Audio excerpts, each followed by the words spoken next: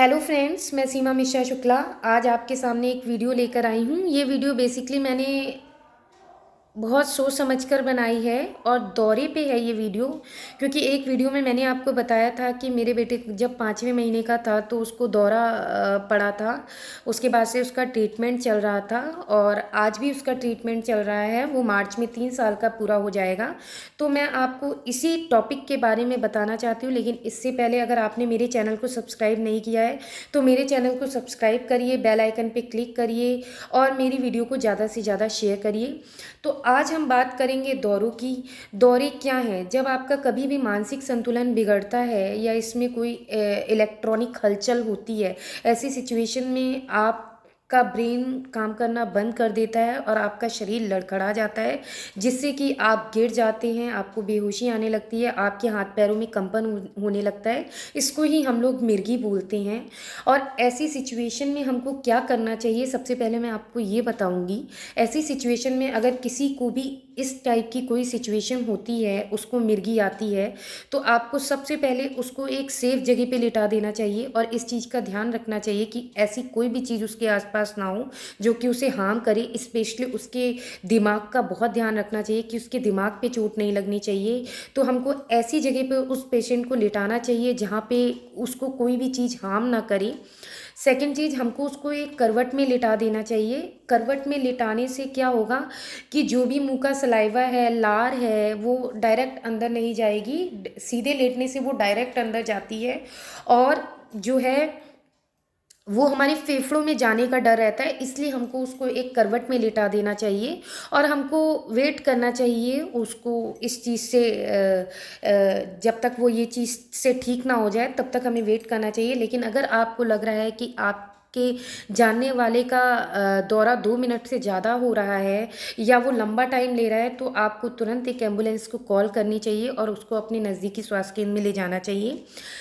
और इसमें दूसरी चीज़ मैं आपको बताऊंगी कि ऐसी सिचुएशन में आपको क्या नहीं करना चाहिए। किसी को अगर मिर्गी आती है तो ऐसी सिचुएशन में आपको तुरंत की तुरंत उसको सीधा नहीं लिटाना चाहिए, उसको एक करवट में लिटाना चाहिए।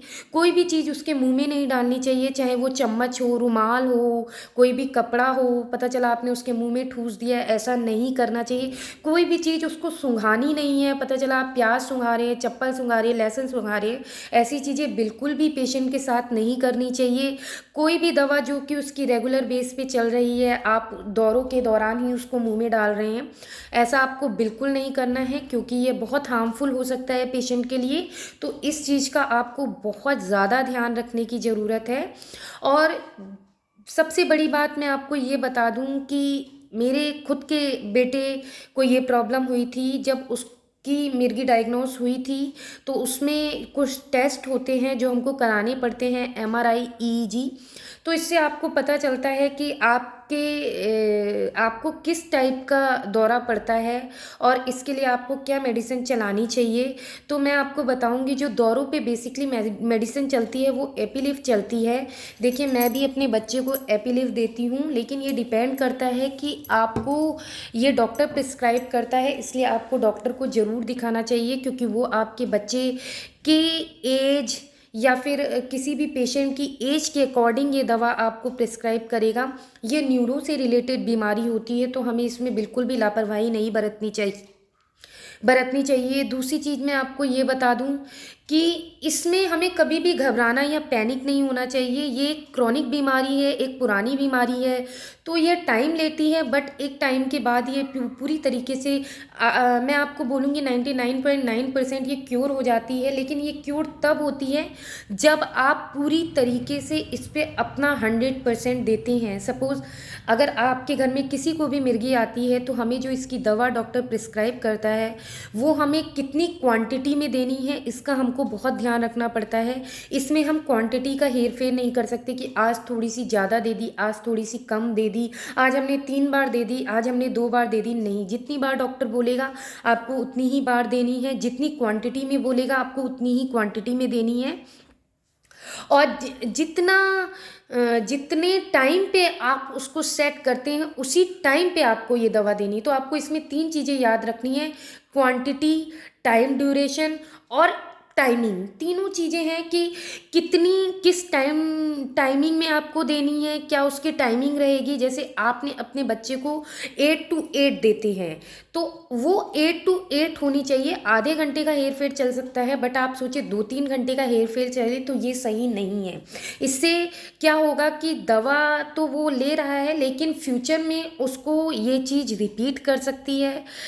इसलिए टाइमिंग की बहुत ध्यान रखने की ज़रूरत है। क्वांटिटी अगर आपको पता है कि आपको 2 ml लेनी है, तो फिर 2 ही ml लेनी है, आप उसको 2.5-3 नहीं कर सकते। आपको लग रहा है दौरे बढ़ रहे हैं तो आपने उसको 3 ml कर दी, ऐसा बिल्कुल भी नहीं करना है। अगर ऐसा दवा में कोई हेर-फेर करेगा तो वो आपका डॉक्टर करेगा, आप लोग नहीं। तीसरी चीज़, आपको अपनी मर्ज़ी से किसी भी टाइम दवा नहीं दे देनी है। पता चला डॉक्टर ने सुबह-शाम बोली है और आप सुबह, दोपहर, शाम कर रहे हैं, ऐसा नहीं करना है। जितनी बार डॉक्टर ने बोली है उतनी ही बार आपको वो दवा देनी है। अगर आप इन सब बातों का ध्यान रखेंगे तो आपके आपके अपनों को कभी कोई दिक्कत नहीं आएगी, कोई परेशानी नहीं आएगी। और अगर इन फ्यूचर सपोज़ आपके किसी भी जानने वाले को या आपके किसी भी ऐसा एक पेशेंट है जिसको 1 साल तक दौरा नहीं आया है और सडन 1 साल बाद उसको वो चीज़ रिपीट कर गई है, तो इसके कुछ कारण हो सकते हैं। पहला कारण है फ्लैश लाइट, जो जो स्क्रीनिंग टाइम होता है वो हमें बहुत कम देना होता है। सनलाइट हो या फिर टीवी की स्क्रीन हो, और ये हमको बहुत कम देना होता है, क्योंकि एक सर्वे के दौरान ये देखा गया है कि 90% बच्चों में जो ये प्रॉब्लम आई है कि उसका दौरा 1 साल बाद रिपीट हुआ है, उसका रीज़न स्क्रीनिंग टाइम था, उसकी जो लाइट थी उसकी वजह से उसको दौरा रिपीट हुआ है। या फिर कोई ऐसा पेशेंट है जो ज़रूरत से ज़्यादा स्ट्रेस ले रहा है, ऐसी सिचुएशन पे भी ये प्रॉब्लम आ सकती है। 1-2 साल बाद ये प्रॉब्लम आपको रिपीट हो सकती है। तो आपको कोशिश ये करना है कि आपको स्ट्रेस बिल्कुल नहीं लेना है। तीसरी चीज़, 8 टू 9 आवर्स की नींद, आपको 8 से 9 घंटे सोना ही सोना है, ताकि फ्यूचर में कभी आपको ये प्रॉब्लम ना हो। और सबसे इम्पॉर्टेंट जो चीज़ है, अगर ऐसा कभी होता है तो आपको एक डायरी में नोट डाउन करना है कि किस किस टाइम पे ऐसी चीज़ हुई और ऐसी क्या सिचुएशन बनी कि ऐसी चीज़ हुई। तो ये एक अच्छा मैनेजमेंट रख के आप इस चीज़ को क्योर कर सकते हैं। तो मैं बस आपसे यही कहूँगी, आपको इससे घबराने की ज़रूरत नहीं है। अगर ऐसी कभी कोई प्रॉब्लम आती है तो पैनिक होने के बजाय दिमाग से, ठंडे दिमाग से काम लें। और ये कोई लाइलाज बीमारी नहीं है, क्रॉनिक बीमारी है, इसलिए इसका ट्रीटमेंट लंबा चलता है। 3 टू 5 ईयर्स का इसका ट्रीटमेंट होता है, बट वो क्योर होता है अगर आप पूरी तरीके से डॉक्टर के दिए गए प्रिस्क्रिप्शन को फॉलो करते हैं, डॉक्टर की दी गई डाइट, प्रिस्क्रिप्शन चीज़ों को फॉलो करते हैं, तो आपको फ्यूचर में ऐसी कोई दिक्कत नहीं आएगी। और लास्ट में मैं आपसे यही कहना चाहूँगी कि प्रॉब्लम से लड़ना ही ज़िंदगी है, तो इससे कभी हार नहीं माननी चाहिए। और लास्ट में एक चीज़ और मैं आपसे ये कहना चाहूँगी कि मैं भी आज 3 साल से इस 2.5-3 साल से इस प्रॉब्लम से लड़ रही हूँ, क्योंकि मेरा बेटे को ये प्रॉब्लम डायग्नोज हुई थी और आज वो बिल्कुल ठीक है, बोलता है, हँसता है, सब कुछ है। तो इस चीज़ से बिल्कुल भी घबराना नहीं है। अपना ध्यान रखिए, अपनों का ध्यान रखिए। मेरी वीडियो पसंद आए तो मेरे चैनल को सब्सक्राइब करिए। धन्यवाद।